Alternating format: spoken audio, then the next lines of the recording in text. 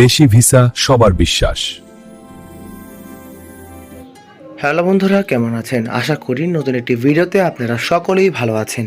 Malaysia calling visa আবারও নতুন আলোচনা শুরু হয়েছে। মালয়েশিয়া কলিং ভিসা সরকার বিদেশি কর্মী নিয়োগ প্রক্রিয়ার বেশ কিছু পরিবর্তন আনছে। নতুন ডিজিটাল সিস্টেম এবং শ্রমিক নিয়োগের স্বচ্ছতা বাড়ানোর জন্য বিষয়টি এখন সবচেয়ে বেশি গুরুত্বপূর্ণ পাচ্ছে।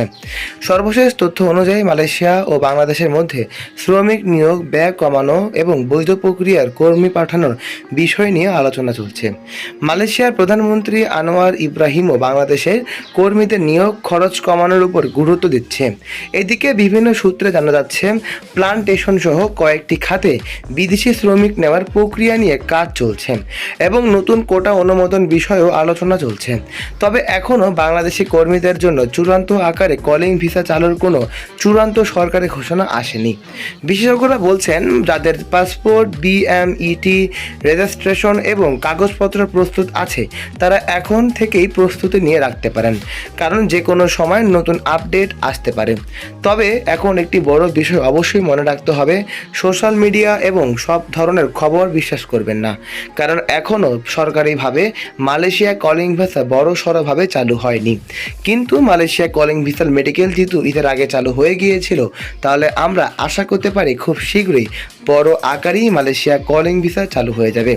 এতে করে আপনারা খুব সহজভাবেই বৈধভাবে কাজ করতে পারবেন, খুব অল্প সময়ের ভিতরেই সফলতা অর্জন করতে পারবেন। মালয়েশিয়া কলিং ভিসা যে 10টি শর্ত দিয়েছিল আমাদের দেশ সেই 10টি শর্ত মেনে নিয়েছে। এতে করে আমরা খুব সহজভাবে বুঝতে পারছি যে সেই 10টি শর্ত মেনে নেওয়া রিক্রুট এজেন্সির তালিকা খুব শীঘ্রই প্রকাশ করা হবে। সেই রিক্রুট এজেন্সিগুলোতে আপনারা আপনাদের পাসপোর্ট এবং পুলিশ ক্লিয়ারেন্স এবং ইত্যাদি তথ্য জমা দিয়েই মালয়েশিয়া কলিং ভিসার জন্য ভিসা প্রসেস করতে পারবেন, যা সাধারণত স্বল্প টাকা এবং কম খরচেই করা সম্ভব।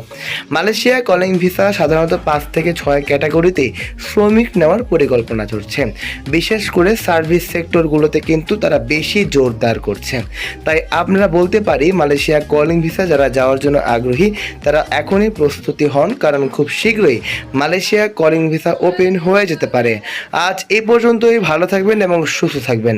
আসসালামু আলাইকুম।